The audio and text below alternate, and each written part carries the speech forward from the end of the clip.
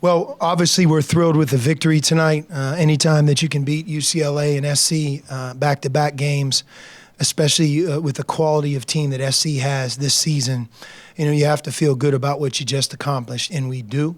Tonight, and I have to give USC a lot of credit. We know they're a talented team. We know they can score from six different players. They really have 6 starters, and they can get back in the game in a hurry because of how skilled they are. But if you held a team to 30 points in a half, and then they score 30 points from the three-point line in the second half, why would you ever leave the game feeling good about your team? The details of what we do as a team matter a lot if we truly are trying to become special. We've established ourselves, we're going to win between 20 and 25 games. We're going to have a good season.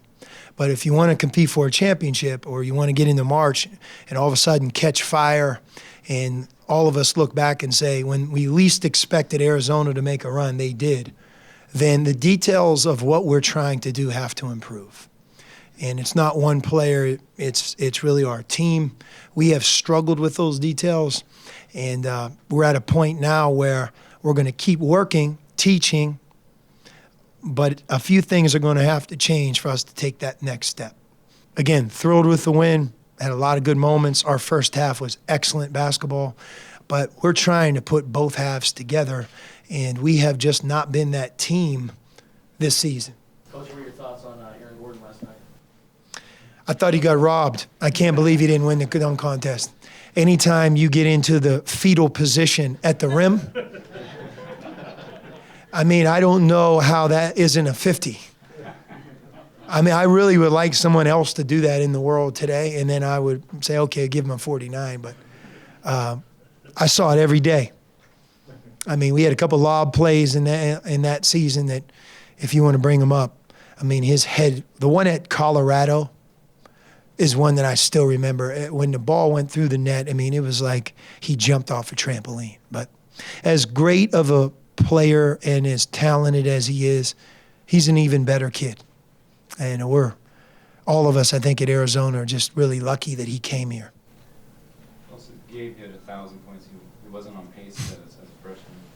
Is that, again, reflecting on that? Gabe, 17 points tonight, 3 assists, 1 turnover. He's I think every coach would probably vote for him an all Pac-12 performer. Says a lot about his character, his courage, his belief in what we do. He's stayed the course. I really believe he's added an element each season to his game, and he's a heck of a college guard right now. We credited the first year for being who he is today, because he didn't play. He had to learn and had to adjust. Mm-hmm. We had a talk at the end of that year, and I know a lot of people were saying, hey, maybe you should transfer, and he was thinking about it. That's the way of the world in college sports. If you don't get it right away, go somewhere else. But my message to him was simply, the strongest steel is forged by the hottest fire.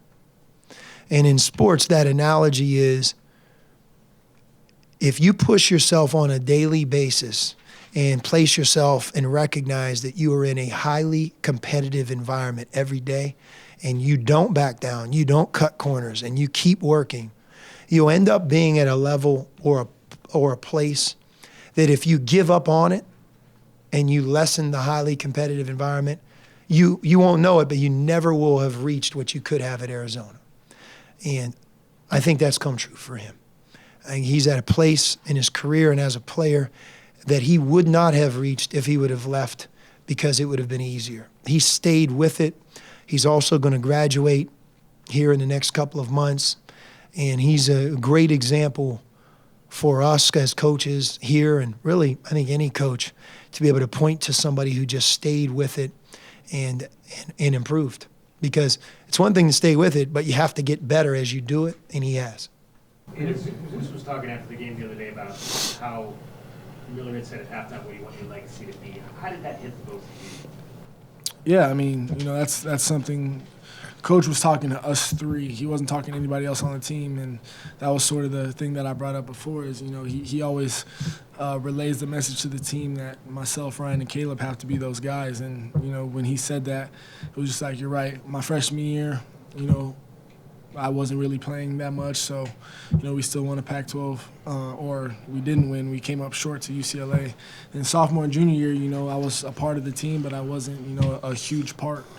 And so for me, it hit home just, what is my legacy going to be? I was always a role player, and now I have a chance to be one of the best guys on the team. So I was just trying to go out there and give my all for my teammates. Kind of on that, what does it mean to you to score 1,000 points? Yeah, that's an accomplishment, and I'm very blessed to be, a part of that. I give God the glory every day for my accomplishments and my achievements, and it's a blessing for sure that I'm able to, join the other 50 guys who are in that club.